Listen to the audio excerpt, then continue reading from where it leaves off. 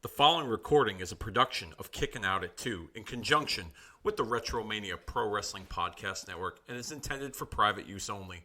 For more information, head on over to facebook.com/Kickin' Out at 2 or our Twitter handle @Kickin' Out 2, along with searching Retromania with a W on any and all podcast platforms available to listen to archive shows such as this and all the great content of the Retromania Pro Wrestling Podcast Network.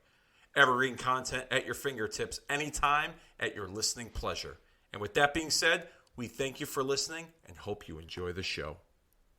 Let's take a ride on this episode of Kickin' Out at 2 as we go for a dumpster ride and watch one of my favorite episodes of Monday Night Raw from February the 2nd, 1998, the infamous New Age Outlaw dumpster dive off the stage. A lot took place on that Monday Night Raw. One of my favorites as a teenager. Thought it'd be cool to go back and watch it 25 years later. And joining me to do that, my dear, close, personal, longtime friend, my co-host, my partner in crime here on this nostalgic journey in pro wrestling history, Dennis J. Levy. What's up, pal? Excited. Always a pleasure. One of my favorite episodes of Raw as well. So I'm looking forward to definitely indulge in this episode. Yes. It's February 2nd, 1998 on Peacock, Season 6, Episode 5. This episode is infamous for the New Age Outlaws taking Cactus Jack and Chainsaw Charlie in a dumpster and throwing them off the stage. We also saw the early build-up for WrestleMania with Stone Cold Steve Austin and Shawn Michaels. A lot went on in this episode. So we're gonna play the audio from time to time on here. This goes about an hour and 32 minutes and 55 seconds. So we're gonna have a lot of fun watching this with all of you on Peacock. So cue it up and let's get ready. When I say play, press play. But before we do all that, Dennis, little preview. The next episode we're gonna be recording is another huge moment in wrestling history from 1988.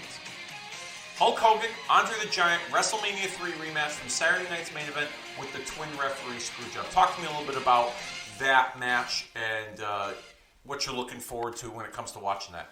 Well, you gotta love that finally Andre the Giant got one over Hogan. Yeah, there's a whole bunch of fuckery involved, but twin referees, plastic surgery. It was good to see that Andre to finally get one over on the Hulkster. Yeah. Probably because of injuries or whatever, and obviously after that match, you didn't see too many Andre the Giant matches anymore. But I wish he had the title for a lot longer than he did, you know? Yeah. We're going to watch that back the next time you and I get in this chair and record again. Hulk Hogan, Andre the Giant from February of 1988, Saturday night's main event. Still regarded as the most watched televised wrestling match in history. 33 million people tuned into that match. Those are Super Bowl numbers right there. And for 1988, with a 15.2 Nielsen rating, that is huge. So, and I do remember watching that as a kid. I got to stay up late and watch it. It was a very traumatic experience for me. We'll get into that in our next recording. But I thought I'd give the audience a little bit of a preview of what we're going to cover, as well as AC from Cool Truth is going to be stepping into the studio soon, and we're going to do. Dennis, you participated in the very first annual Kickin' Out at 2 All-Pro team. AC's going to do the same thing for the second annual Kickin' Out at 2 All-Pro team. We're going to drop that Super Bowl weekend. Nice. So that's going to be a lot of fun. AC's going to pick his team. Wrestlers from past and present. Who's the quarterback? Who's the running back? Who's the GM? Who's the punter? Who's the kicker? Defense, offense, special teams. AC's picking the team. Can't wait to get involved with that. Coming up in the streams here on the Retromania Pro Wrestling Podcast Network. All right, cheap plugs out of the way. It's time to do it. Peacock, WWE Monday Night Raw, Season 6, Episode 5, February 2nd, 1998. When I say play, press play. I'll give you a countdown in 3. I'm going to play, before I do that, I'm going to play the audio as we open up the show. It's going to be a few minutes, so just sit back and enjoy. turn your audio off on your television as you're watching this, and we'll have ours cranked up, and we'll give you an analysis following that. So it'll be the DX State of the Union address, and then there's an in-ring confrontation to open up the show as we're going to kick things off here. In 3, 2, 1, hit play. Countries in 7 different languages to more than 500 million viewers each week. The World Wrestling Federation, the worldwide leader in sports entertainment. We interrupt your regularly scheduled program for this special report.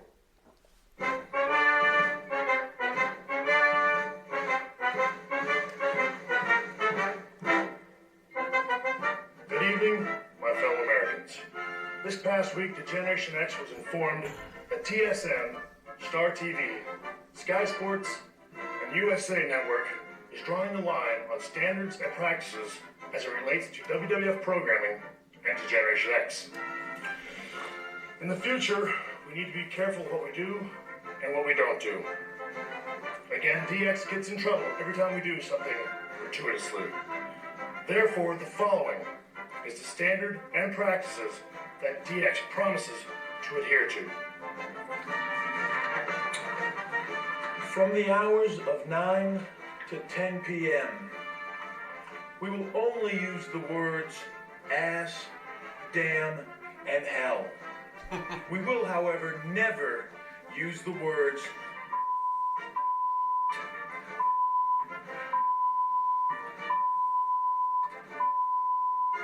or any other sexual or racial slurs. From the 10 p.m. to 11 p.m. hour, we will only use the words ass, damn, hell, and we will, however, never use the words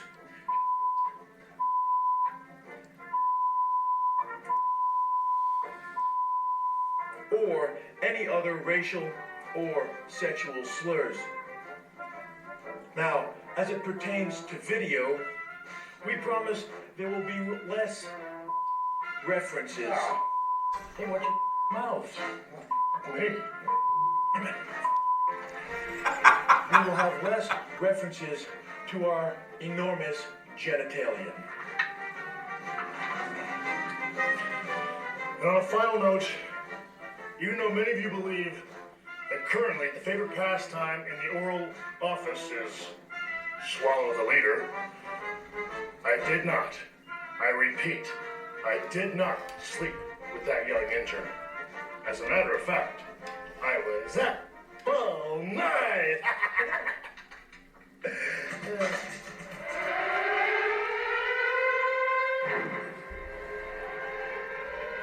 We're going to mute that for just a moment there. What did you think about that, Dennis? That's pretty funny. Yeah. I was just curious. I wonder if there's... What the words were? Yeah, I wonder if there's like an unedited version. From 10 p.m. to 11 p.m., we will not, however, use the words shit, fuck, goddamn, Jesus Christ, faggot, or any other racial or sexual slur. Pretty good. And then, as it pertains to video, we promise there will be less dick references.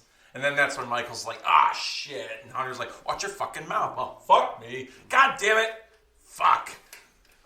Yeah, those were that's the transcript, if you will, the non-PG version. I'd just like to see if it's out there and in the unedited They version. do. You could find it. Yeah, really? They're actually.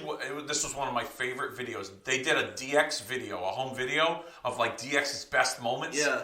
And they have all the unedited stuff. I bet you could find it on YouTube. It's not on the network, but it was a retrospective on DX's greatest moments, like from the beginning till like when Hunter reformed the new DX. It's freaking hilarious. Yeah. It was one of my... I watched that video backwards and forwards, up and down, left and right.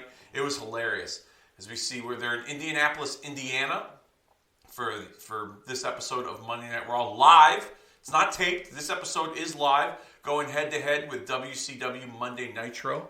Now, just to kind of get everybody caught up in terms of storylines that had taken place, DX was ruling the roost.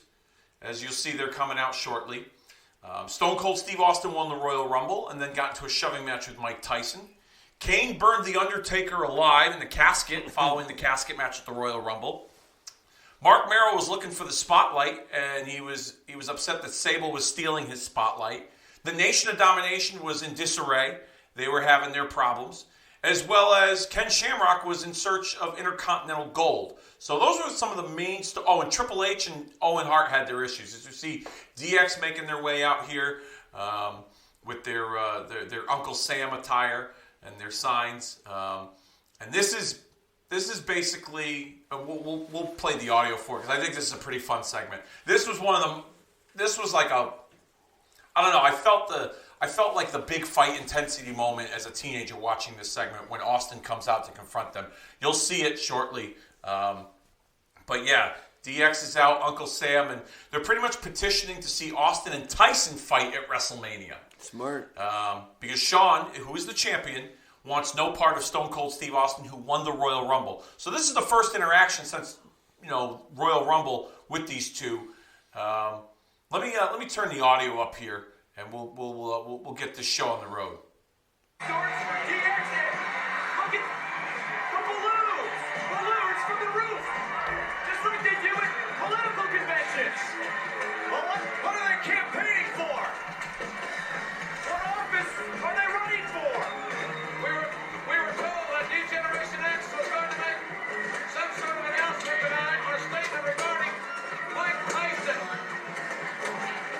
China's carrying a Tyson versus Austin placard.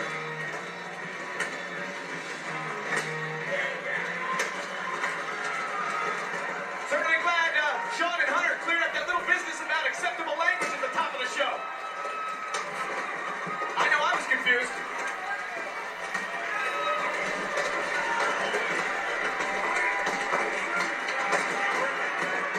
Uncle Sam wants Tyson Austin. That'd be a placard that Shawn Michaels Mike carrying. Tyson and Stone Cold Steve Austin.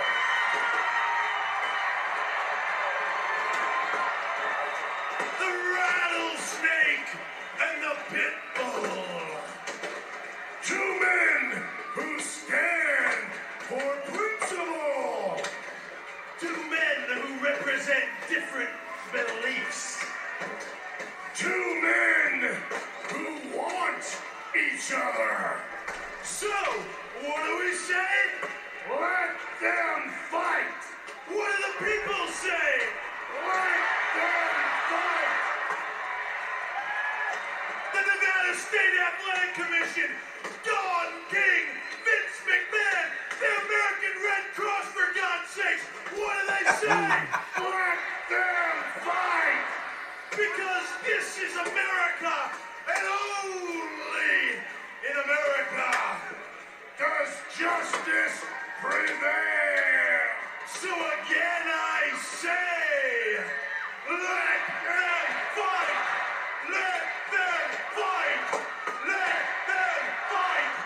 Let them fight! Let them fight! Let them fight! Oh, here it comes. Who said fight? Who said fight?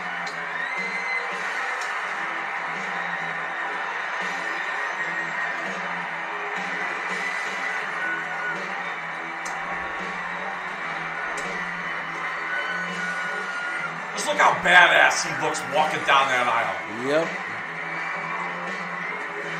What an ovation for the man that wants to be the next WWF champion.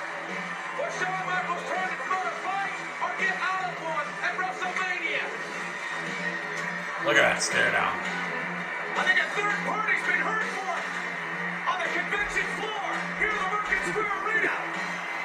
I don't think Stone Cold Party has anything to do with democracy. More like I anarchy. appreciate the fact that you support the fight, Austin versus Tyson. I appreciate the fact that you're out here to promote that, because Stone Cold Steve Austin can damn well beat the living crap out of Mike Tyson.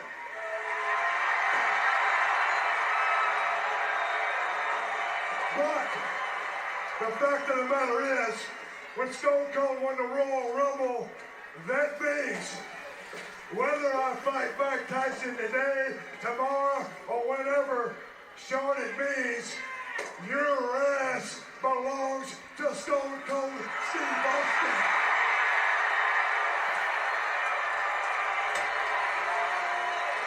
I'll tell you this, whether it happens at WrestleMania, whether it happens today or whenever, that damn belt is coming with Stone Cold, whether you like it or not. I really don't give a damn. Stone Cold Steve Austin can beat anybody's ass in the world, and that's the bottom line, because I said so. Man, you can feel the intensity here. Yeah. This is intense. This is all business. Nobody's making jokes. This is personal. Austin wants Michaels. Austin wants Tyson. But does Michaels want Austin? Does the WWF Champion want to rescind his duty of having to defend his title against the real estate?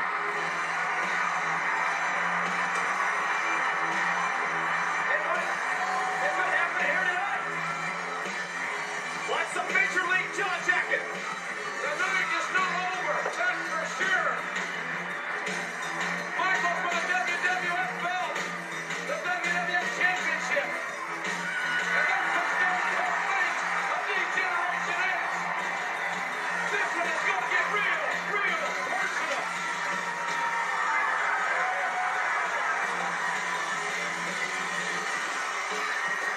What does Mike Tyson think of all this? How does he... What do you think, Dennis? Terrific stuff. So I got two questions for Okay. you. Let's say Tyson goes, fuck this special guest referee stuff. I actually want to wrestle, and I want to wrestle Stone Cold Steve Austin. How Well, you book that match? All right. Well, first of all, as we see preview tonight, Steve Austin taking on the Road Dogg with Billy Gunn in his corner. And Billy Gunn will be taking on Owen Hart for the European Championship later on in the evening. That was an alternative discussion that was had within creative at that time. From the stories I've heard over the years, was that when Shawn Michaels suffered that back injury, falling on the casket at the Royal Rumble, the idea was discussed about doing Tyson and Austin, because they knew that it would be huge. The one hurdle was the fact that because Mike Tyson was suspended by the Nevada State Athletic Commission for biting Evander Holyfield's ear. Oh, was he? That was preventing him from doing anything majorly physical.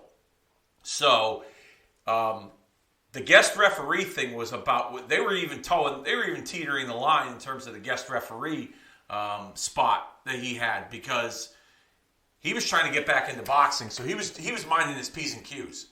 As we see Chainsaw Charlie here with a dumpster full of plunder, baby, as he's set to take on his tag team partner, Cactus Jack. We'll play the audio for the dumpster spot shortly, but as far as Tyson and Austin goes, how I would book it, to be fair, Dennis, I don't think it's going to take much. You had the spot on that Raw the night after the Royal Rumble where Austin fights Tyson, or Austin shoved Tyson, and they got into that big shoving match. And Vince McMahon, you ruined it, damn it, you ruined it, and he's pissed at Austin. But it could be a situation where Tyson, who had agreed contractually to make an appearance at WrestleMania, then kind of holds that hostage over Vince McMahon and the WWF. Well, I'm not going to appear at WrestleMania unless you give me a match with Stone Cold Steve Austin. And then Stone Cold Steve Austin, Vince would then have to go to Austin and be like, he's not going to appear at Mania unless it's in a match with you. So the only way this happens is if you forfeit your title shot, or you get a title shot at a later date. Now, would that mean that Austin would wrestle Michaels before WrestleMania? Because Michaels had that back injury. WrestleMania was going to be his swan song. Everybody knew that within creative. It was even made public. Not like in storyline, but, the wrestling journalists out there were like, questioning whether Michaels was going to be at WrestleMania, but they knew he couldn't wrestle anymore, so they had to get the title off him. So I think it could be just something as simple as Tyson wants a match with Austin. He threatens to walk out on Vince in the contract if he doesn't get the match. Vince goes to Austin, then has to negotiate holding off his title shot for a later date to make the match. And then I wouldn't say it's smooth sailing, but I think it would be very much easier for the rest of the build towards the match.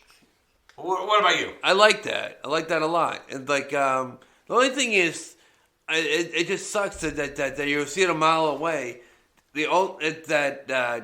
That maybe you give, unfortunately, it be the first time and only time in history that you don't have a world title match at a WrestleMania. Because I think Shawn Michaels has to fuck up the match and then have like a SummerSlam match with Stone Cold, then whatever. Because you can't have Tyson beat Austin, and obviously you can't have Austin beat Tyson. Yeah, but can you have a schmoz ending to WrestleMania? You might have to. Really? You might have to. So you think so you're saying Michaels screws the match up? Yep. And it's some kind of like DQ bullshit type of finish. Yeah, maybe do a triple threat and like a SummerSlam. See, I'm thinking more or less Shawn screws it up for Austin, and then Austin. Oh, you can do that, yeah. And then Austin gets his title shot at SummerSlam. That makes sense. Which gives Michaels months to recuperate, as we see Cactus and Chainsaw going at it. This is going to be a very long match from what I gather. Like I said, we'll play the audio for the dumpster spot because that had to hurt in real life. I would imagine that they protected him in some form or fashion with some kind of padding inside the dumpster. It doesn't look like there's padding in there. Well, maybe in the bottom. Who knows? Yeah. He just hit him with a garbage bag full of soda cans. That's hilarious. If that was real, if there was soda in there, that would hurt. Oh, yeah. Oh, for sure. So when I was a kid, me and my sister were having a fight, and she kicked me in the dick. And right on but I got revenge on her. Oh, I felt really bad afterwards. So we were fighting in my room. I had an unopened can of Coca-Cola. Oh my god! On top of my. Blasted and I blasted through it as hard as I can. Hit it right in the head. Her tooth went flying right out. Oh my goodness! Oh yeah. I could see why you have trouble getting a date. Yeah. With your history of I felt so bad. Violence towards women. I felt so. My goodness. Yep. Not as bad as this here though, with Cactus and Terry Funk. What did you think of Chainsaw Charlie as a character? I love Terry Funk so much. I was a little disappointed actually. Really? I mean, he was cool, but like... I thought it kind of fit well considering he was with Cactus and, Foley had all these different personalities. Yeah, I guess so. I mean... People knew it was Terry Funk. They would reference him as Terry Funk. I mean, but if you're like... I don't know if the 10-year-old kid at the time knew... Oh, look at this roll-up. This is actually a good spot. Oh, my God. You know? I'm sorry, continue. No, I'm just saying, I don't think the 10-year-old kid did, though, at the time, you know what I mean? This is someone out there, this was the introduction to Terry Funk, and he had no idea, you know what I mean? In some regards, yes. Some of the young kids probably never knew who he was before this. And his history and his lineage in wrestling, part of the famous Funk family. His brother Dory, multiple-time NWA World Champion. Terry, a World Champion in the NWA. I'd even die in the soul. Seriously, that a top, right? Not famous, but like for like work rate wise, a top 5 Hogan match for me is definitely Terry Funk versus Hogan. You've said that before. I love that. We said that in conversation. I love that match. Yeah, we've said. I'll have to go back and watch that because I don't. Terry Funk's an all-time great. I don't ever disregard his contributions to wrestling, okay? But I don't see the argument in terms of his in-ring work as being one of the best. Some people might find that blasphemous for me to say. Yeah. I felt like at times he was very goofy. But when he turned it on, he was serious, and there was some good stuff. Yeah. But I don't know. I'll have to go back and watch it because I can't. I don't have that. I'm not on that side of the argument where I think his work is some of the greatest. That's just me. Yeah. I could be mistaken, but there's some stuff he did that was great. The stuff with Raven and ECW, the stuff he did with Flair, but at times I felt like the goofiness of his character, being this unpredictable wild man from Texas. Kind of was a distraction. That's just me. No, you know what? I never saw him. I never really think about it, but you're right. He can be a little goofy sometimes. Even when he was with Gary Hart, when he was part of Gary Hart's faction with Muta and Dick Slater and them when they were working on Flair. Yeah. There was times where he did some really serious stuff, and you were like, "Oh, that's a bad motherfucker." And then there are other times where you're like, "This goofy dude, like this is me looking back in hindsight, yeah. not looking through the lenses of 9 or 10-year-old Dave Rosenbluth here." Well, he literally has a trash can on his head right now, so I get what you're saying. Oh God, that was awful. That could have been. That could have been really bad. Yeah. But that was awful. I don't even know what they were trying to attempt. A pile driver with him in the trash can. As we go to commercial. And now we're back at the top of the ramp. Oh, he's going to do the spin. Funk's going to do the ladder spot. Yeah. Oh! Right to Cactus. Boom again. Oh, that corner one really got him good. Yeah. I never understood that. I mean, like, that ladder spot I never liked. It really is exposing the business. In what way? If you don't mind me asking. All right, okay. So ladder spinning. Imagine a real fight. I got a ladder and I'm spinning around.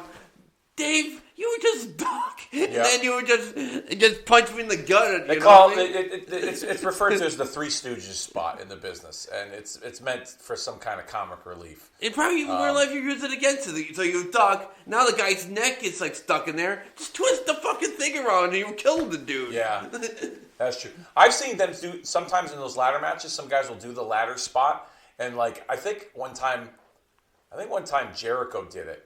Or no, somebody did the Terry Funk spot, and then Jericho did the code breaker with the guy still holding the ladder. Oh, man. And it actually was kind of pretty cool.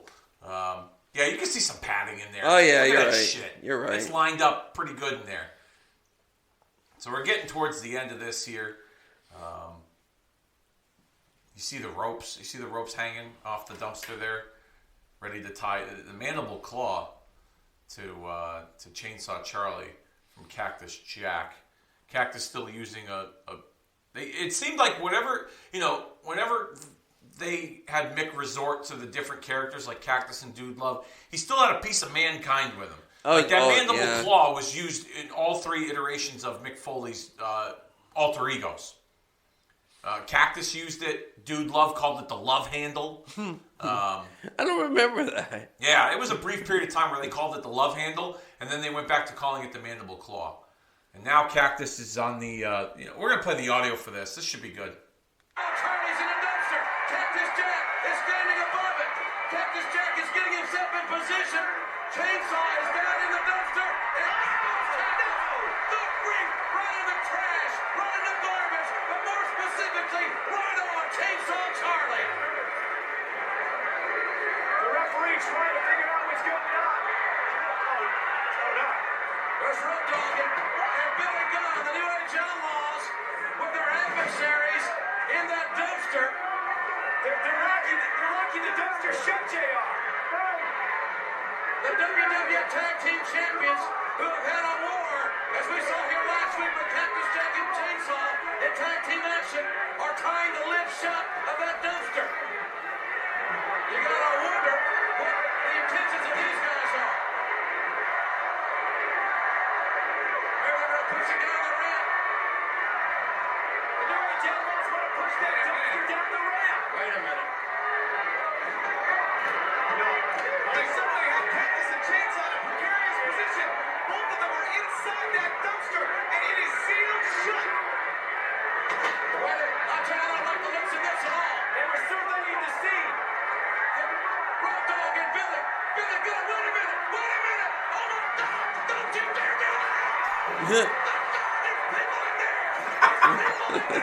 JR's calls are the best.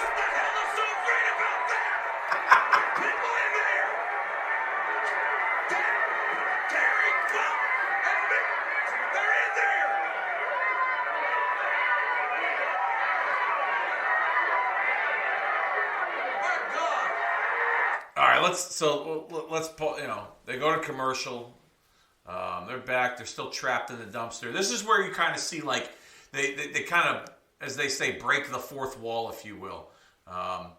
You see the locker room come out, mixture of heels and baby faces, referees, officials, trying to tend to Cactus.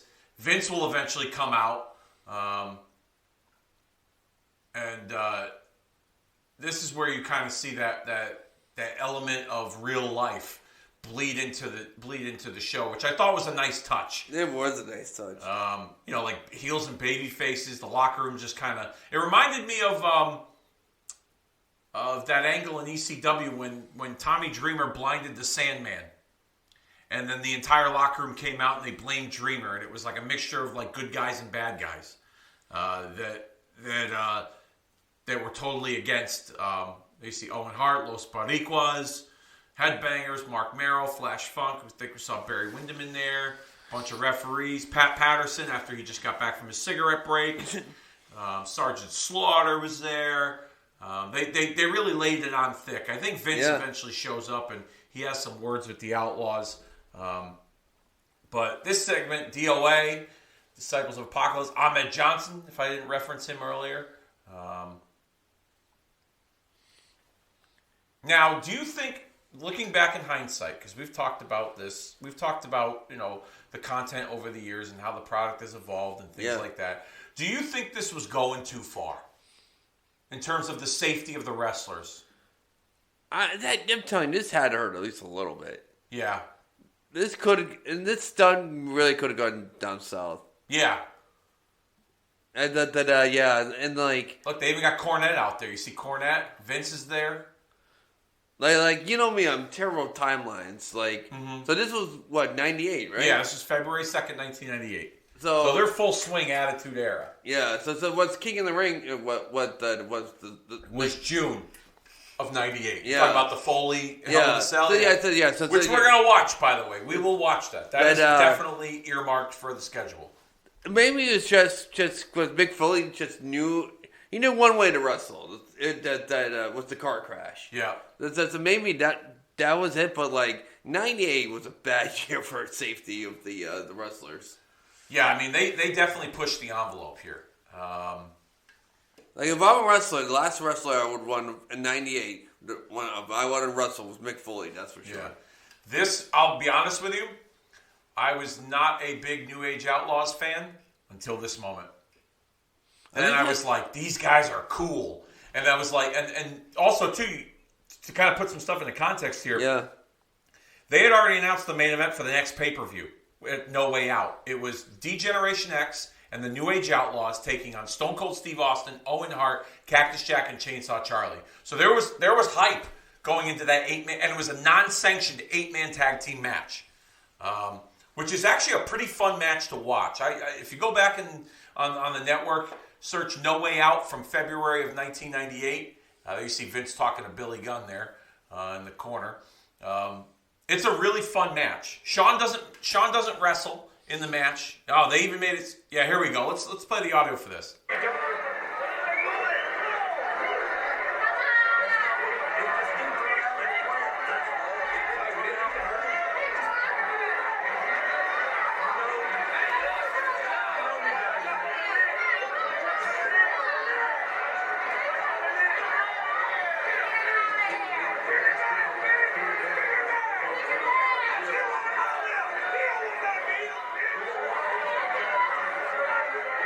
We couldn't get the audio too well for Vince and the Outlaws there.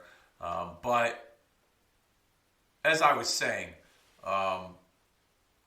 Shawn wouldn't participate in the match due to the back injury. But it is definitely a fun match. You go back and watch it. Steve Austin, you see Sunny crying, which she was probably really crying there because she knew how to turn it up when it was necessary. She was good. Yep. And there you see Cornette. Cornette's yelling like, "What the hell are you guys doing over there? This outlaw mud show bullshit. This is what happens. You should be wrestling for the NWA, not the WWF." I'm Jim Cornette. Thank you. Fuck you. Bye. You think the New Age Outlaws would have been good in the NWA? They would have been. I think they would have been baby faces during this era. Ambulance is here. All kind. This is bled into like 2 segments now. See, now they finally got him out of the dumpster. Cactus and Chainsaw. Finally out of the dumpster.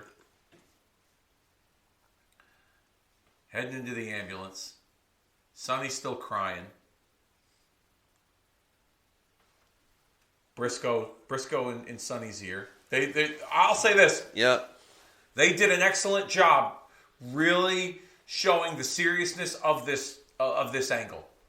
With the EMTs, they got the referees, they got the officials, people in production. Yeah, Sonny holding Terry Funk's hand. Yeah, like they really I wasn't watching Nitro. I was a channel flipper, but I wasn't watching Nitro during this. When the commercials hit, I'd go back if Nitro was on, and Nitro still had some compelling stuff. Nitro was in the middle of splitting up the NWO. That was their main focal point and storylines. Was the NWO turmoil that eventually would lead to the split. See, look at it. Look at the seriousness of it. Flash Funk losing his shit. They get Vince and the referees holding them back. Like this is. They did an excellent job. They really did an excellent job of depicting the seriousness of this situation, as if that stunt went wrong. They really, you know what's funny? I wonder if they really thought about this too, for like for the marks per se, whatever. Tuco Scorpio with the ECW connection, you know what I mean? That was such a good one. I wouldn't be surprised, because he worked in ECW with both Foley and Funk. There's that connection there. Oh, headbangers! There we go. Now they're getting. See, this is good right here. This is good. The locker room finally having enough. Who the fuck is that with the bandana? That's Barry Windham. The blonde hair. Is that really Barry? That's wow. Barry I didn't know that. Anyway, yeah. See, look, Outlaws. Shamrock's trying to get a piece of Road Dogg. Owen Hart's in there. Yeah, this is good. This is really good. Let's play the audio for this. Have a seat here.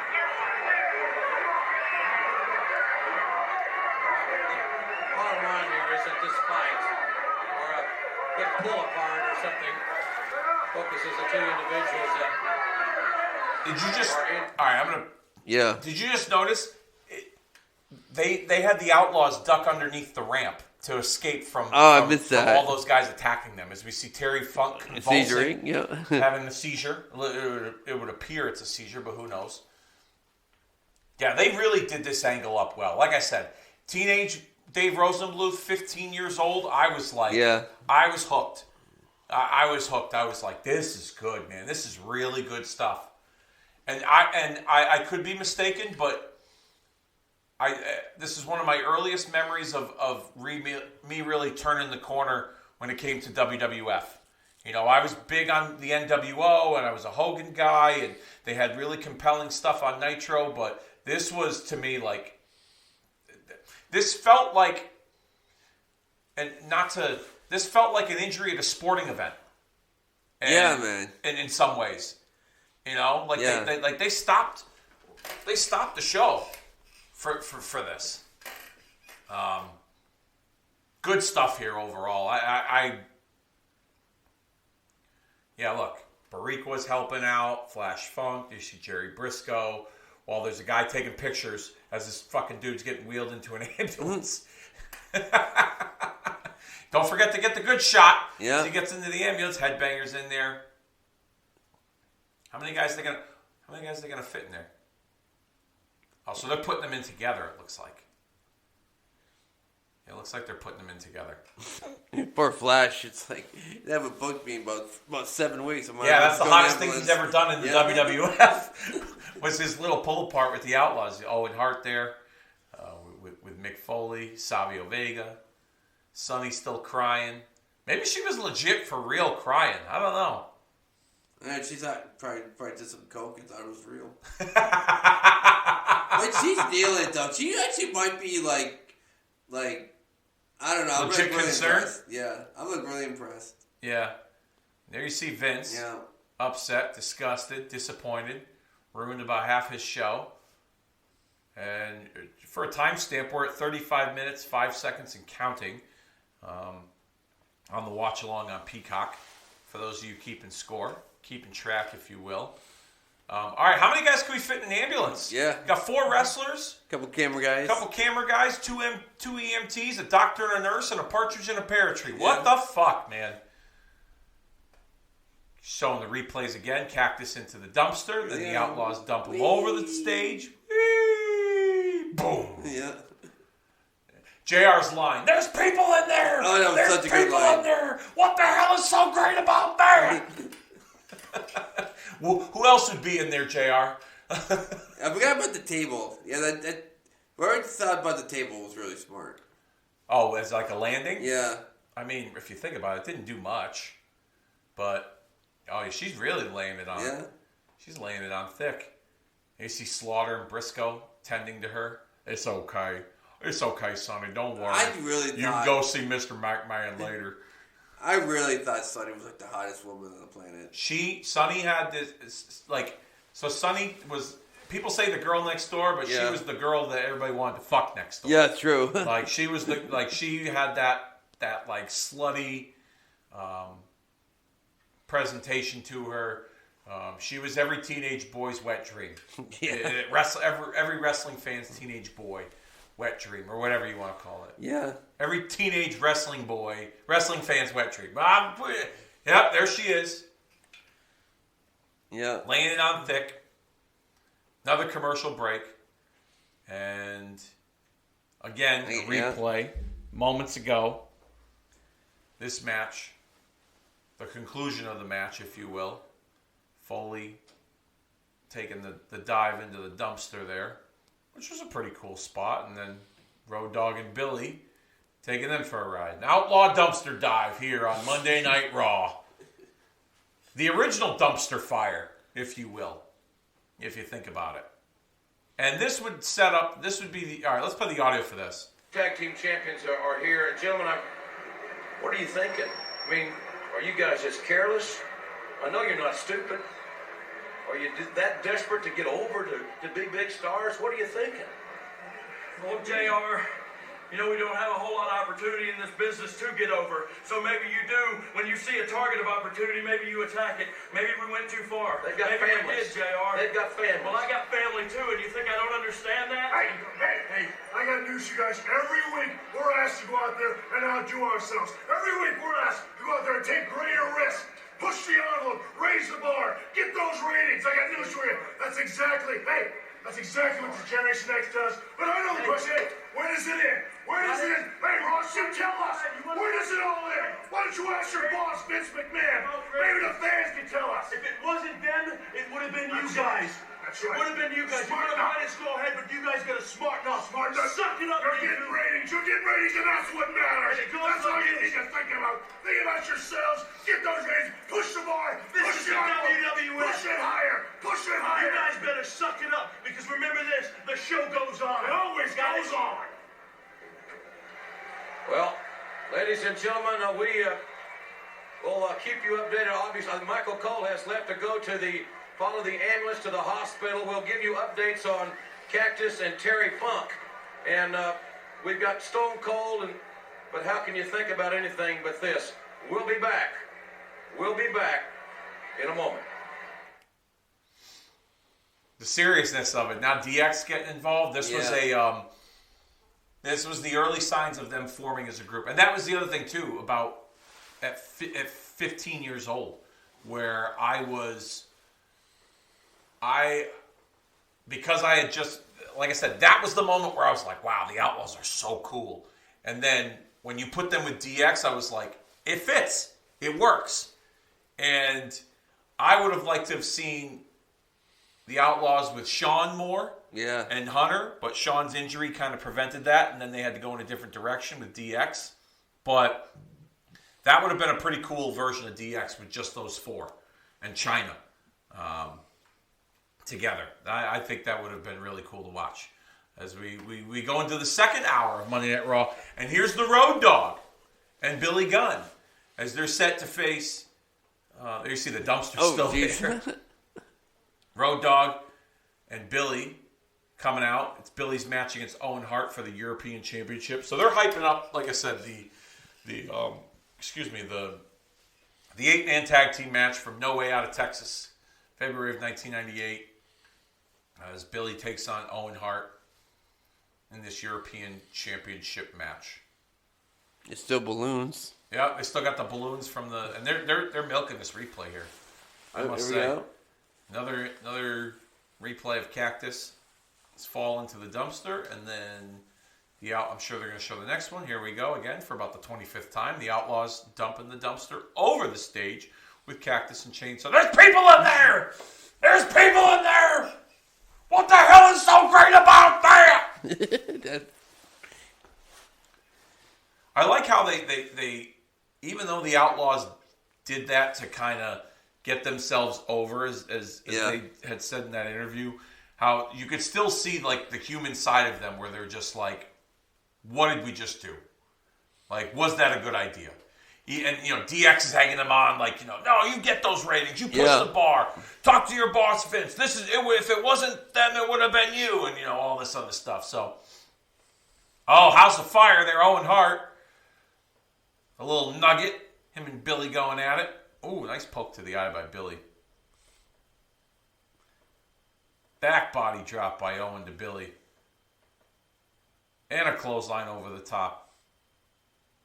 It makes you think when you watch Billy Gunn, that as a singles wrestler, like that, when he won the King of the Ring, and like of course The Rock kind of like ended that push, but like, you think they could have flirted with the idea of him having the big title? When I was a teenager, I thought it was possible. He was a very athletic, good-looking guy, had a good look, believable.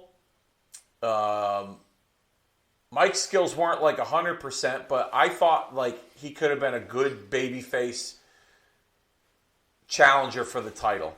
Maybe even a short run as the champion. I really did. Like when they split up DX the first time, and he went bad, but then they turned him back into a good guy. There was a particular episode of Monday Night Raw in September of 1999. I was at that Raw. It was in Hartford, where he challenged Triple H for the WWF Championship, and it was believable that he could have won the title. I don't remember this match at all. This was in Hartford. September of '99. Yeah. What was the finish? I think Hunter won, but Billy as a babyface, I think he would have been a strong challenger for the title against a strong heel. But I don't know how far you could. Maybe a quick run as the champion, a transitional run. Maybe he were to upset Hunter and Hunter gets the title back like a month later or something like that. But Billy was one of those guys that he worked so well with Road Dogg. That's what worked. Billy Gunn, we've even said it on this show, is probably on the Mount Rushmore of greatest tag team wrestlers. Because everything he's done in tag teams have been successful. If you look at it. Smoking Guns with Bart when they were the Cowboys. They held the fort down in the mid-'90s. They did. With tag team wrestling, when tag team wrestling was a joke. Yeah, you get the Body Donnas. The Body Donnas, the Godwins. The New Rockers. Yoko and Owen. Smoking Guns were holding the fort down. Then the New Age Outlaws, which is obviously Billy's greatest work. Yeah. In my opinion. Yeah, no. You get the Mr. Ass stuff and... Yeah. The ladies and gentlemen, boys and girls, children of all age. The whole intro. Yeah. Him and Billy, they had the crowd in the palm of their hands, as they like to say. And then even later, when they tried Billy in a singles after the Attitude Era. Didn't work. And then they tagged him with Chuck. And Billy and Chuck was a good tag team, too. Yeah, that was over. Yeah. So, hard not to argue. It took a lot of guts, too, to have that angle at that time. It did. It did because, the narrative of homosexuality in general in our society wasn't accepted as much. Yeah. To some degree, it's still not. But for them to portray those characters in a very tongue-in-cheek kind of way, Billy, they did well with it. Yeah. They did well with it, I must say. Yeah, because that was definitely a tightrope they were walking, and I thought they walked it well. Yeah. Now, Road Dogg, on the other hand, I love the story you told me that the last night on Nitro, that Road Dogg goes knocking on the door looking for a job, and the last night on Nitro to work for WCW. Oh yeah, he was he was let go by the WWE a couple of months prior, and he actually attended the last Nitro, and he was looking for a job. And once he found out that WWE had purchased the company, he knew he wasn't. He was only there just to visit at that point. He might have even left. But that's the story I heard, was he was actually at the last Nitro. And he was there with the intentions of trying to find a job. But speaking of him, what did you think of Road Dogg as a singles performer? It was okay. Yeah? Because I think he was a better singles wrestler than Billy. And here's why. Road Dogg was more charismatic than Billy. Yeah. And the stuff Road Dogg did as a singles, as far as being the Intercontinental Champion and a Hardcore Champion. Oh, here we go. We got company. We got DX in the building. Is Nation Domination still a thing? They are. They're still a thing during this era. This is during the time period where there's dissension within the ranks. Rock and Farouk are having a hard time coexisting, and there's a lot of issues between the two in the group. Because who's going to save Owen? I don't know. Let's find out. Let's play the audio. Yeah. Shawn Michaels, great baseball. Turn over the cheap shot. And Helmsley, team off on Owen Hart. Boy, you got to be really courageous. It takes a lot of guts for 4 or 5 people to beat up one, doesn't it? And then, DX is cool. They're really hip. This is not cool. This is pathetic. This is 4 or 5 people beating up one guy, and that's damn sure not right.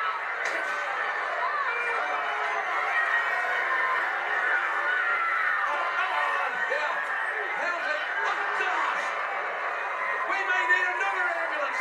The DDT on that steel girding. You want some ratings? You want some ratings? You want to push the envelope? You want to raise the bar? Oh, here's the ratings clip. Here you go. You guys want to raise the bar? You guys want to prove yourself right now? What are they telling them to do? Oh, come on now. Owen Hart is helpless. Get away. Look at that. Owen Hart. There's no net there. That's a concrete floor. We've already had too many people hurt here tonight. Come on, if these guys out there, referee, get in there. Somebody stop this. Oh, there we go. Stop this. Stop this. No, I don't think they're related, but Briscoe, of course, is there, and of course, Jay Briscoe. Owen Hart is unconscious. Thank God those officials came out there. Can you believe that? They were going to throw Owen Hart. Can you believe the audacity of New Generation X and the New Age Outlaws?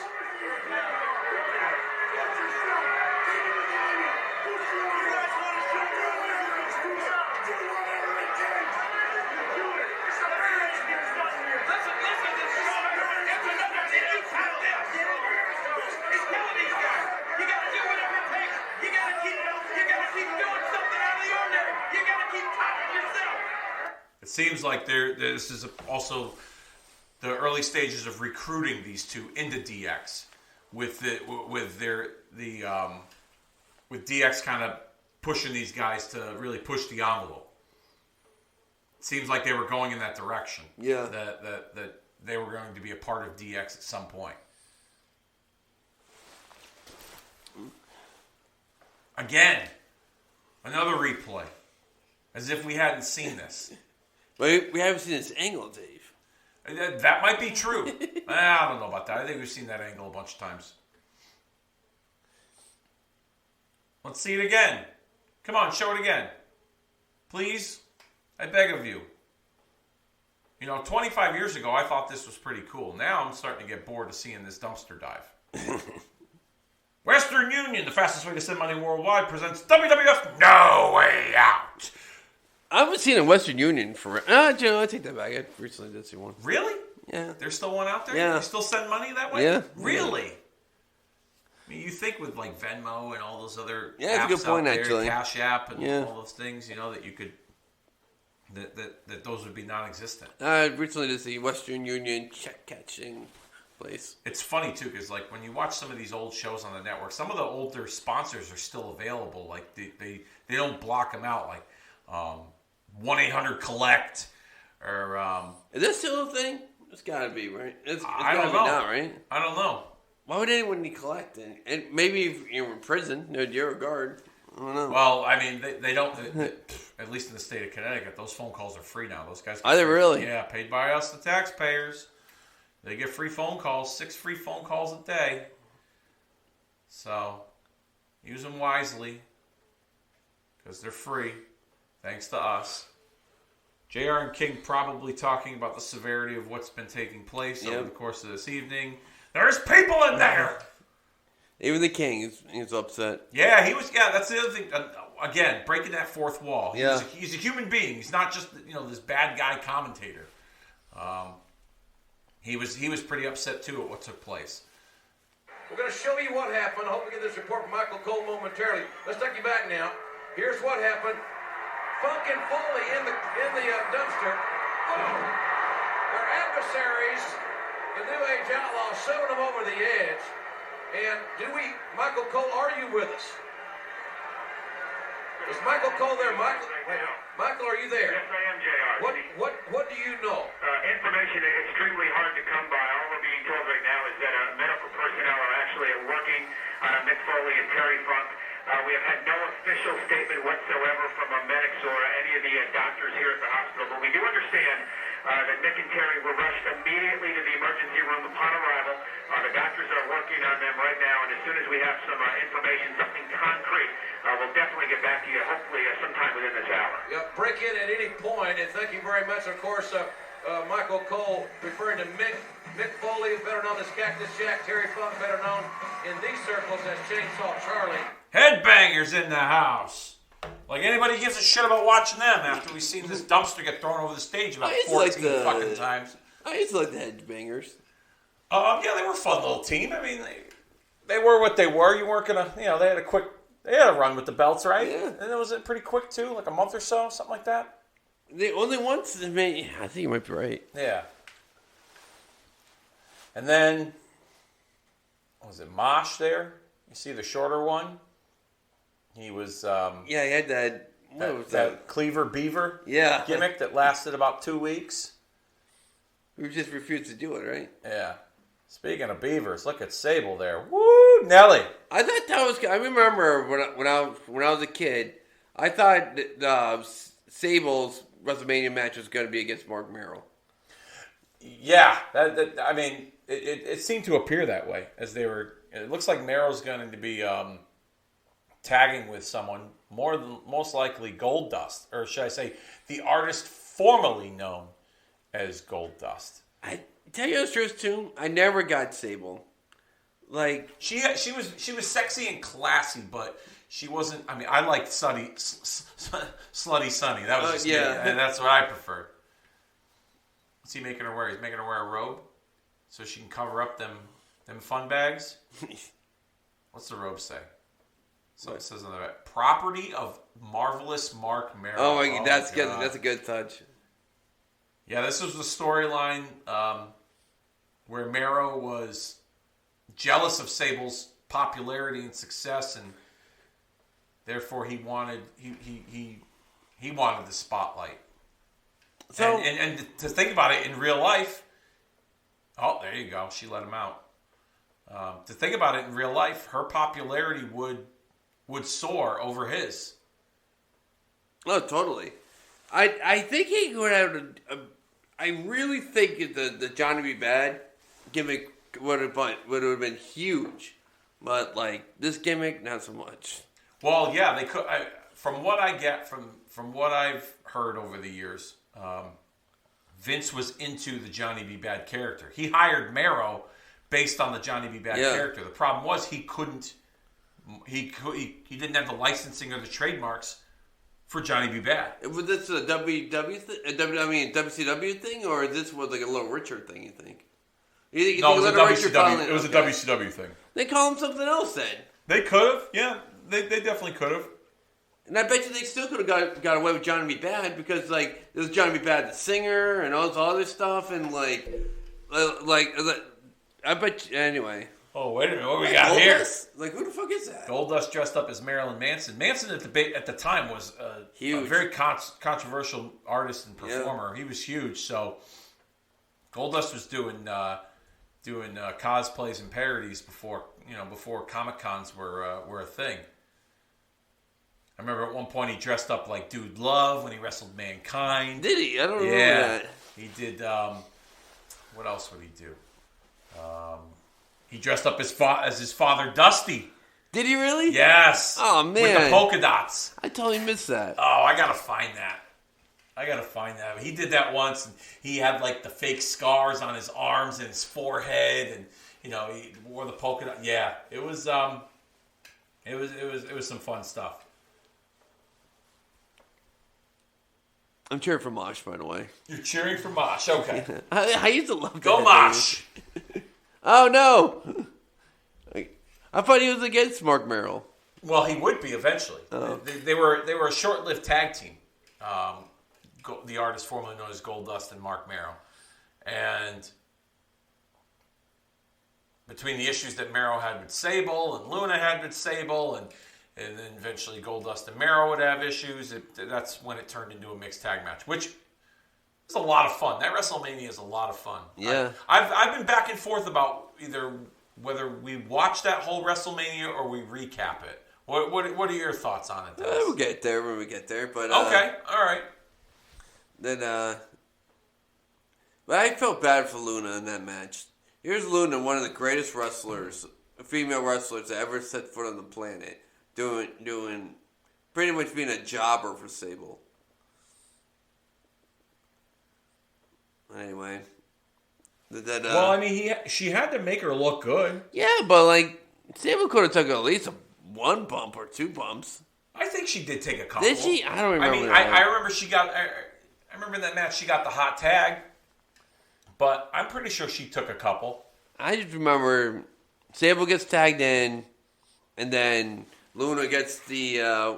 What's that thing when she's over the shoulder spinner? It kind of looks like an RKO. Oh, the TKO. Yeah, TKO. Yeah, that was Merrill's move. Yeah, that was Merrill's move when he returned when he brought back like the boxing gimmick. He was a former Golden Gloves boxer. Yeah, New York State Golden Gloves boxing champion. The boxing thing wasn't bad. I liked jealous Mark Merrill. I thought it was kind of fun, actually. You know what? I know people shit on it, and I can do too to a certain extent. Because it killed his career. Once Sable actually beat him, it did. That was it for him. Yeah, when they had her powerbomb him. Yeah. And in a match, and she won a match over him.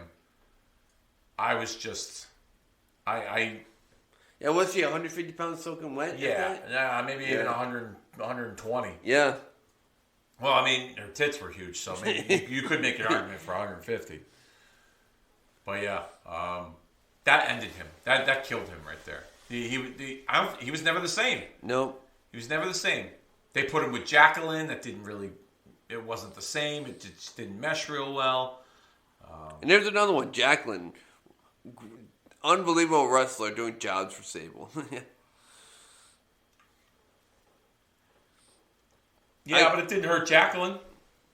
Yeah, I guess you. I don't know.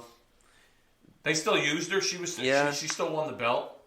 We got a little split screen action here. This is when it looked like Bradshaw. What the fuck is Jeff Jarrett wearing? Something different, that's for sure. Yeah. But this was that period of time where they had a working relationship with the NWA. So Cornette was the NWA representative, and he had like a little stable with all guys that used to wrestle in the NWA. Jarrett being the North American champion there, Barry Windham, Rock and Roll Express, the NWA Tag Team Champions at that time. This was when nobody gave a shit about the NWA, and they tried to. Oh, it's Jimmy.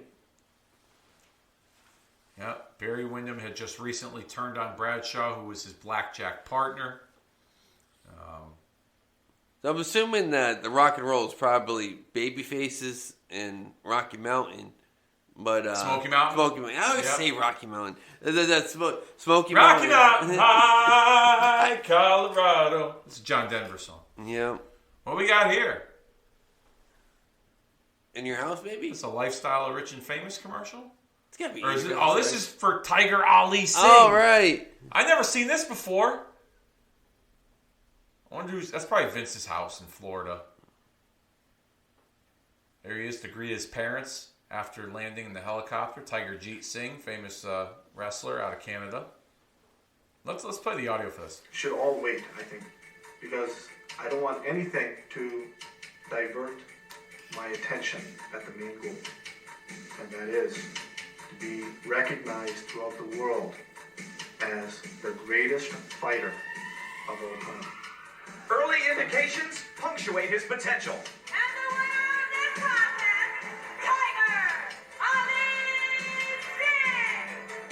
Fueled and named after his father, wrestling great Tiger Jeet Singh, and the immortal Muhammad Ali. This Tiger believes he has all the tools and determination to redefine his sport. Reveling in a jet-set lifestyle to reach his goal, the performances by Tiger Ali to date, according to him, are only a precursor of his future greatness. I am the true Messiah. There's the soul. I'm going to set the wrestling world on fire. Yeah. All right. That was a nice little video package. Yeah. Although they went nowhere with him. They're obviously... I bet you they're trying to get that Indian market. At that time, I bet, yeah.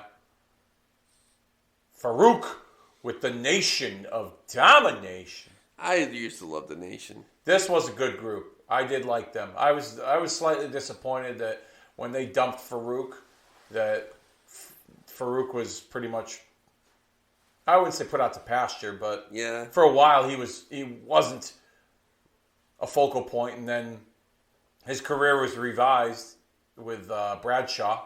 Revived, excuse me, with the APA. But yeah, the Nation was a fun, little heel group. You know what's weird? Okay, so you got Rock in the Hall of Fame, of course. Rock's not in the Hall of Fame. He's not in the Hall of Fame? No. I mean, he's going to be someday. I would imagine he's going all right, to so be, yeah. I'm just putting him in there anyway. Yep, okay. So you got the Rock. You got the Good Father or whatever. Godfather. The Godfather. Yep. Then what do you ever call the Good Father? Why was that in my head? Anyway, he was the Good Father. He was part of the Right to Censor. Oh, right. But they put him in as the Godfather. Mark Henry, is he in the Hall of Fame? He is. But the only guy I'm trying to say, it's the only guy that's not in there. Is Farouk in there? He is in there. Yes, Ron Simmons is in the Hall of Fame. As Ron Simmons? Yep. Oh shit, I'm a douchebag. The only person out of that group that's not in the Hall of Fame, Salia Vega, D'Lo, and The Rock. D'Lo, yeah. Currently The Rock. Jeez, I mean, you're putting Rock in the Hall of Fame. Who knows? It's very possible. By the time I'm bad. By the time this recording drops, they could have made an announcement that he's going in. But how about Ken Shamrock? Nope, he's not in. Although I will say recently, Mattel put out a Ken Shamrock action figure. So usually when you see guys with action figures that aren't in the Hall of Fame, they're pretty close. So I wouldn't be surprised if Shamrock goes in this year. I think he would. He's publicly talked about wanting to a spot in the Hall of Fame. I don't think. I think if he stayed with the WWE longer, he could have had a Hall of Fame career. But do I think he's had one? No. You don't think so? No. I think he was very good, believable. Okay. He would have been a believable WWF champion for sure, 100%. But he didn't stay long enough. He only was with the company for a little over 2 years. I can only think of the But they put everybody in, so it doesn't matter. Yeah. It doesn't matter. Coco Beware, the Bushwhackers. But they want to put in 7 guys each year, so that's what their problem.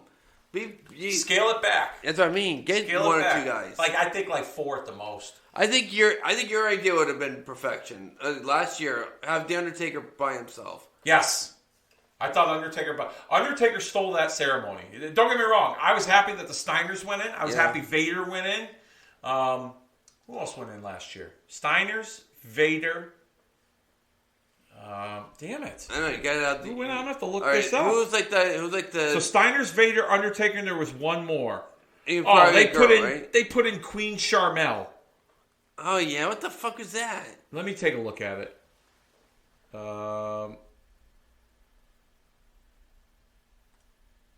Yeah, they put in Queen Charmel.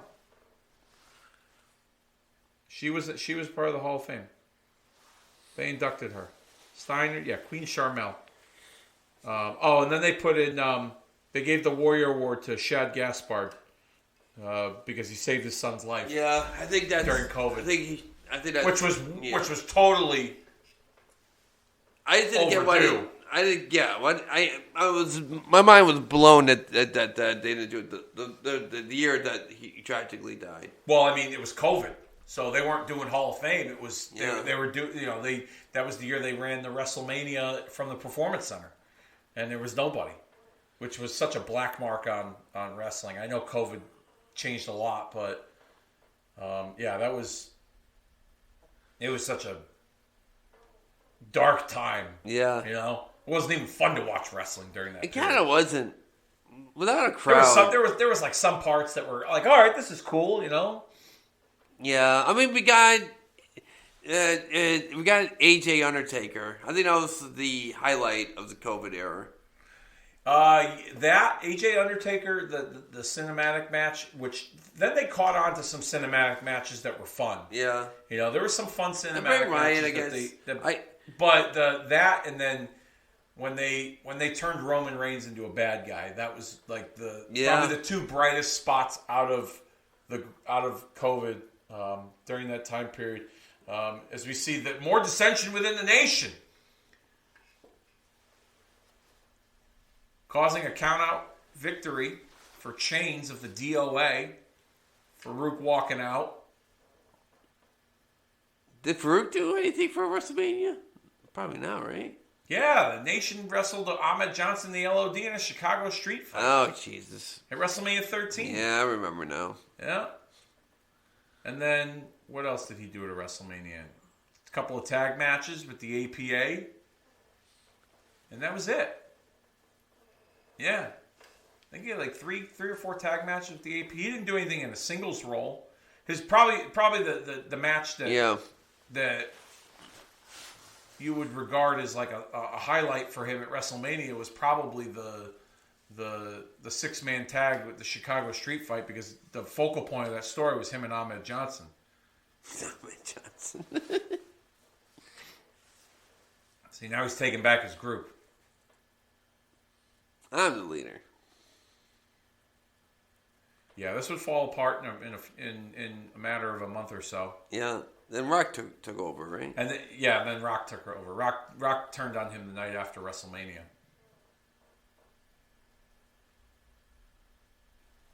Western Union, rewind. Fastest way to send money worldwide. I never used Western Union. Oh, shotgun set. Look, Iron Claw. Kurgan. Got a highlight of Kurgan, so he must be appearing on this watch along here. I always loved the Iron Claw. Yeah, when the Von Erichs did. Oh, he's dragging him up the ramp. See, that's kind of cool. Yeah, it is kind of cool. Who else used to do it? Kerry Von Erich. The Von Erichs, Kurgan. Didn't Khali do it? Kind of, yeah. But he squeezed the head. He did like crushes, like the vice grip type of deal. right? I would want him had someone that side to do it. No, thank you. I think he squeezed like Rey Mysterio's head once, and it literally looked like it was going to pop. Like, I'm not exaggerating. Like, his I do hands were so remember. big. I remember exactly. I know exactly what you're talking about. Like Ray's bleeding from the mouth, and he looks like he's crying, and it looks like Ray. I'm always almost mad at myself that during like his prime, I wasn't that big of a Rey Mysterio fan, but he took some gnarly bumps. Oh yeah, he was. Yeah, he definitely got beat up for our pleasure. Yeah. Something that's not pleasurable to watch is this here. The Jeff Jarrett, Barry Windham, and the Rock and Roll Express is a part of the National Wrestling Alliance, the NWA. Do you watch any current NWA now? No, I didn't even know. You can find it on YouTube. I think NWA Power. I thought Power was off YouTube now. It was, and it was on Fight for a while, and you had to pay $5 a month to watch a monthly subscription. But I didn't know where to find it. They moved it off of Fight, and it's back to YouTube. Yeah. So actually, I just read an interview with Billy Corgan recently that he had talks and negotiations with other streaming services for a streaming deal for the NWA. But that's wild to me that Billy Corgan that owns the NWA. Yeah. Yeah. I mean, he's a tried and true wrestling fan. He wants the business to prosper and grow. I've watched a little bit here and there. I can't say I've watched it religiously, but I've watched a little bit here and there. Some of the early episodes of Power, and they were fun. I was sad that who was that Mongolian guy? Or that had that Mongolian jiu-jitsu gimmick, and he passed away. Anyway. Oh yeah. Josephus or something like that was his name. I forget, but it's so good, and he was getting over, and he passed away. Yeah. I did watch some of it when the former Zack Ryder, Matt Cardona, was the NWA champion, and he's been at least in 2022 a hot commodity on the independent circuit. Good for him. You know, he's really rebuilding. I knocked the mic over. He's really rebuilding his image and his brand, and I definitely think if he hadn't already, I think by the time this recording drops, he will have made an appearance in the Royal Rumble match. Because this recording drops February the 1st. And that will be following the 2023 Royal Rumble. So it wouldn't surprise me if he had been in the Royal Rumble match, made a quick little cameo. But anyhow, yeah. The NWA currently... It gives a place for some young guys and even some guys who have been on TV before some exposure. So I like the concept. They're kind of going back to the NWA traditional roots while at the same time trying to be a more modernized version of it. So I don't watch religiously. People say it's some of the best wrestling out there, but I'm glad to see that the name is back. Yeah, me too.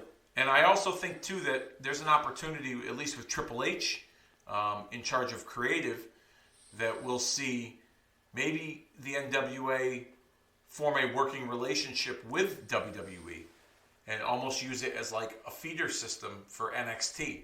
So we might see some of these guys that are in the NWA appearing on WWE programming. Yeah. Who knows? I know Billy Corgan's mentioned it publicly that he's open to working with anyone, that's including WWE. And I believe they have some footage, some archive footage, Corgan does, that WWE does not in their archives of NWA territories. I believe the Savoldi territory. That's interesting. As well as Roy Shire's territory out in the West Coast. So I think there are some of the footage that they don't have, that I wouldn't be surprised if WWE acquired some of those rights.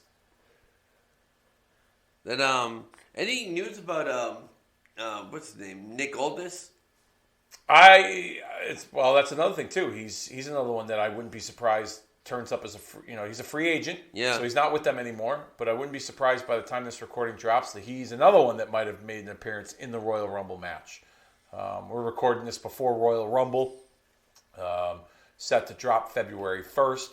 But I wouldn't be shocked if we see him in WWE. I know he's publicly said that he's talked with AEW, but AEW is way too crowded, and he's probably another guy that will get lost in the shuffle. Yeah, unless he signs with them and he's a focal point of the Ring of Honor or the Ring of Honor brand, and he's a top guy for that group. But I think honestly, he might get a shot at WWE. That's just me personally. Mickie James still has a good relationship with the organization. I think Nick Aldis, by the time this drops, there's a good chance he was probably in the Royal Rumble match. Yeah, which I mean that Mickie James will make an appearance too. Yeah, that's another one too. I think that could be a part of it as well. Cornette with a tennis racket blast. Oh wow, he got him good. Yeah, you see it, a little welt on the back of him. Oh. Bradshaw outnumbered by the NWA. I gotta give credit to Jimmy. He's always taking a bump. Oh, look at this move here. Little side suplex neck breaker of sorts. Double team move. And to think, 25 years later, Jeff Jarrett is still involved actively in wrestling. I was the same thing about the Rock and Roll Express. Look how old the Rock and Roll looks, and they're still wrestling to this day. Ricky's a part of NWA, him and his son. I believe him and Robert are winding down their time together. I think Robert's ready to retire. Ricky's still not. So that means somebody saved their money. But Ricky's involved heavily in the NWA, as well as training his son, actually wrestling with his son. Runs a wrestling school, School of Morton, so he's still active and trying to help build the future of the industry. Barry Windham recently had suffered a heart attack. Jesus, okay. He's doing better, from what I understand. Jim Cornette still running his mouth on a podcast weekly. I love his podcast. And Jeff Jarrett, an active performer on AEW television. That's crazy. He also works for them behind the scenes as like the director of like their live events. He's helping build their live event promotion. I imagine you'll see some house shows from AEW in 2023.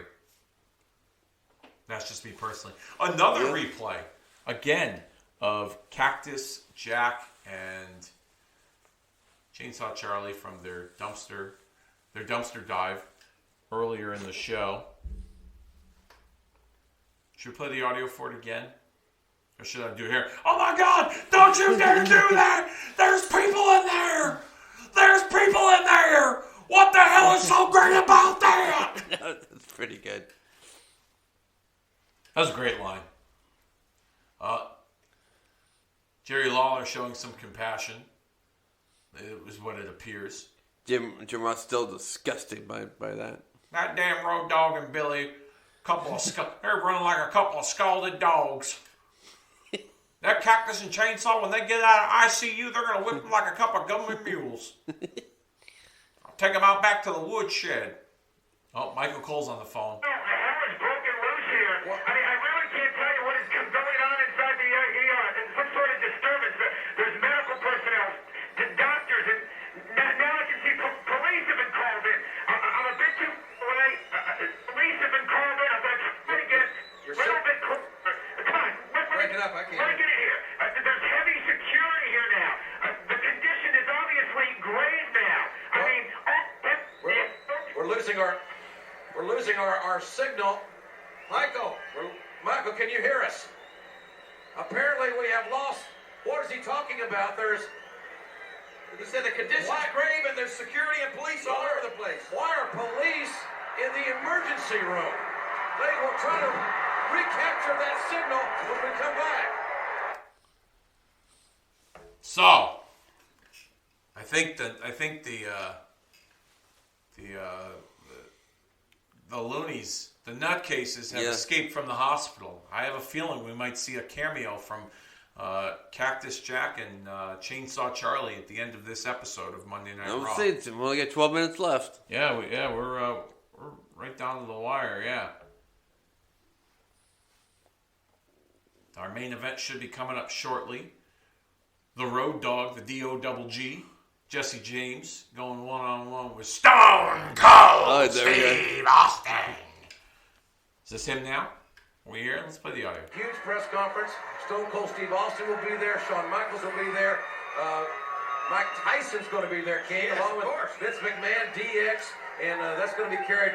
It's going to be, and Don King's going to be there, and it's going to be carried on ESPN News, CNN Sports Illustrated, and also TSN in Canada. And if you can't get it there, call your local news coverage for coverage. It's going to be the press conference heard around the world, ladies and gentlemen, and we understand Wink, don't call me Bob Collins, is standing behind the ring. Let's go up to Wink.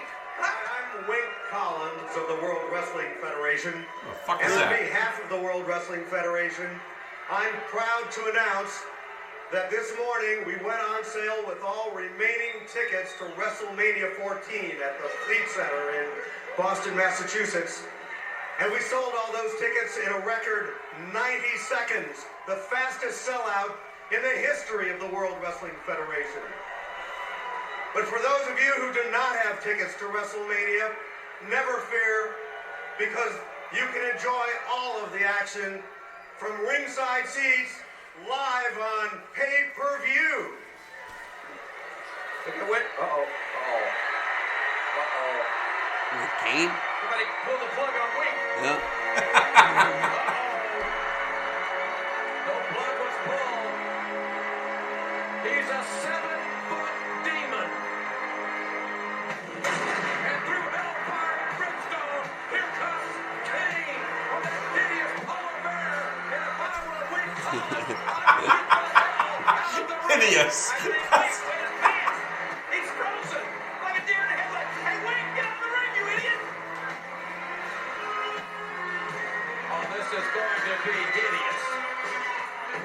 Kane burned the Undertaker's casket at WrestleMania with the Undertaker in it. And we have not seen the Undertaker since. And I don't think he's ever coming back, JR. And I think we're about to see the last of 4 weeks. My God, Wink got to be 150 pounds soaking wet, and then he'd have enough sense to get out of there.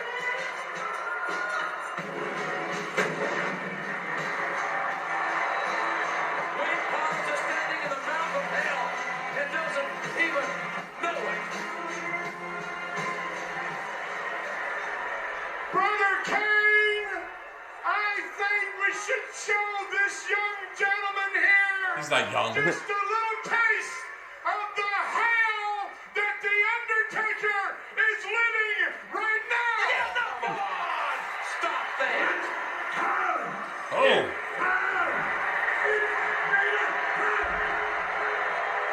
Well, if you want to pick up somebody your own size, here comes a 458-pound Rocky Mountain monster. Go ahead, say it, JR. Is this before or after he said it on camera? I'm a fat piece of shit. Before. Kane attacked Vader. That's one of my favorite moments. Yes. I do remember that. It's sad because he probably meant it, but it was so funny to me. Kane, you stuck your nose in my business. You drew first blood. Come February 15th, no way out. Your big ass is mine. Yeah. Yeah. Vader making a challenge to Kane. Because I'm a fat piece of shit. That should have been his gimmick. What, that he was a fat piece of shit? Yeah. Yeah, I'm telling you, those shirts would have sold like hotcakes, I'm telling you.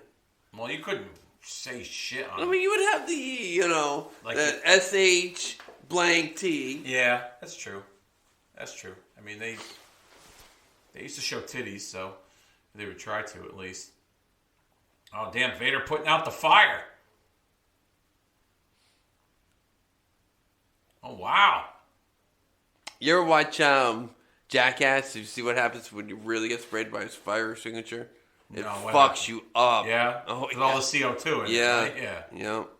Yep. Yeah, it's no joke. Even Paul Bearer's got some. Who do you think was in a real fight between Vader and Kane? I don't know. I mean, I've heard stories over the years that Vader used to throw hands, with the exception of the shower incident with Paul Orndorff when he got beat up. Orndorff beat him up? Orndorff beat him up wearing flip-flops in the shower. All right, you never heard this story? No, go with Kane then. Yeah, tell me the story. So the story I heard was, I've read this in a few different places, but Vader was late to a TV taping, and he was supposed to do like interviews or something. They call them market specifics. So when they run a town, a show in your town, they'll be, Mean Gene used to be like, coming to, Mobile, Alabama, WCW Live, Saturday, January the 24th, blah, blah, blah, whatever, right? And then you're like, at this time, Vader, and he'll be wrestling Sting or whatever, you know what I mean? So anyways, Vader was late. And according to Vader's account of it was he was told to be there at a certain time. And by Eric Bischoff. But Bischoff refutes that and says, no, he was told to be here at this time. He was late. So he got there. He was late. And Paul Orndorff used to work behind the scenes for WCW. So Orndorff used to kind of help facilitate, things backstage, whether it was produce matches, segments. So he was kind of helping facilitate getting all these market-specific interviews done. And from what I understand, Vader didn't really seem to care that he was late. And he also didn't really seem to care that Orndorff was the one that was pissed off about it. Because in Vader's mind, Orndorff's not my boss. Bischoff is. Yeah. If Bischoff has a problem with it, he'll come to me. And so Vader didn't really, like I said, he didn't really feel too bad that he was late, even though he had a different perspective of it. And Orndorff didn't take too kindly to it, and they had some words, and apparently Orndorff wearing flip-flops beat the shit out of him in the locker room. And Vader had some other incidences that took place throughout the course of his time in WCW with people behind the scenes, talent, and I believe they either let him go or his contract was coming to an end and they were just going to let it run out. But Vader was actually Bischoff told the story at his podcast that Vader was actually scheduled to be used at the very first Nitro. But for whatever reason, they didn't use him. As we see Stone Cold Steve Austin making his way down the aisle to take on the Road Dogg, Jesse James. Oh, and he's going House of Fire ham on Billy Gunn. Oof. Yeah. You know what's funny, too? I forgot to mention this earlier, but in anticipation for the 8-man tag team match at No Way Out, pitting Stone Cold, Owen Hart, and Cactus and Chainsaw against DX and the Outlaws, there was a house show in Hartford a week prior to this where Raw was taped and the WWF ran a show in Hartford. Yeah. Oh, Stone Cold Stunner. Here we go. Right there. Is he going to get Road Dogg? Oh. Is the match over? The referee the bell? That'd be a DQ, Is it a right? DQ? Yep, yeah, he's ringing it. He's calling for it. Let's play the audio here for the last, 4 minutes or so.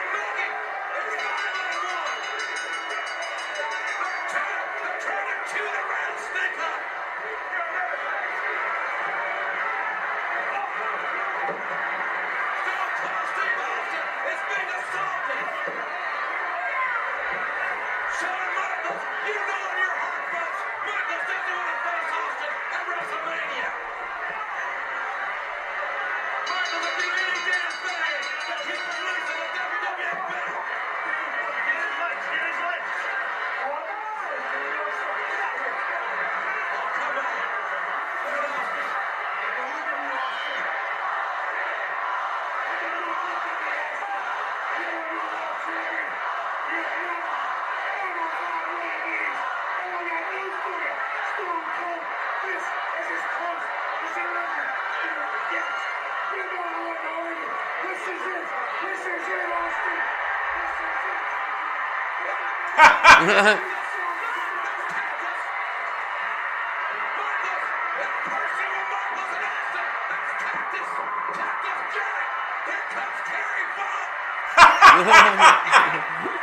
a hospital gown with a chainsaw.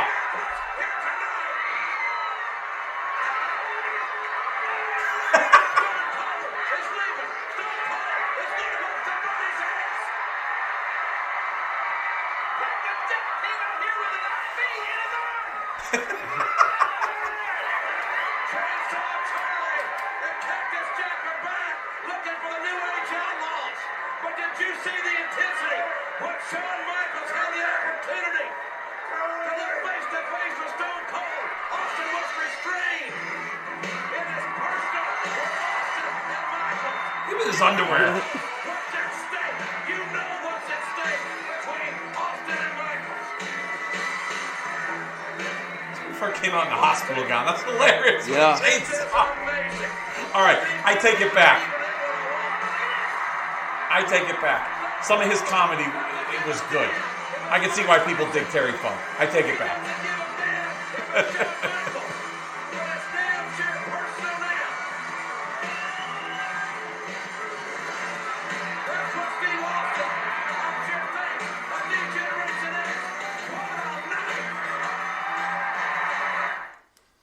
Wow. Good show. Yeah. Can you see why I enjoyed this episode of Raw totally. so much as a kid, as a teenager? That was a lot of fun. Thank you, Dennis, for being a part of that. Yeah. This was a lot of fun. Hope you all enjoyed it as well. Really set the table for what's to come at WrestleMania. And we'll cover more episodes of Raw from 1998 in the very near future on Kicking Out at 2. But I think it's about that time that we put this one down for the 3 count, and we'll see you all next time.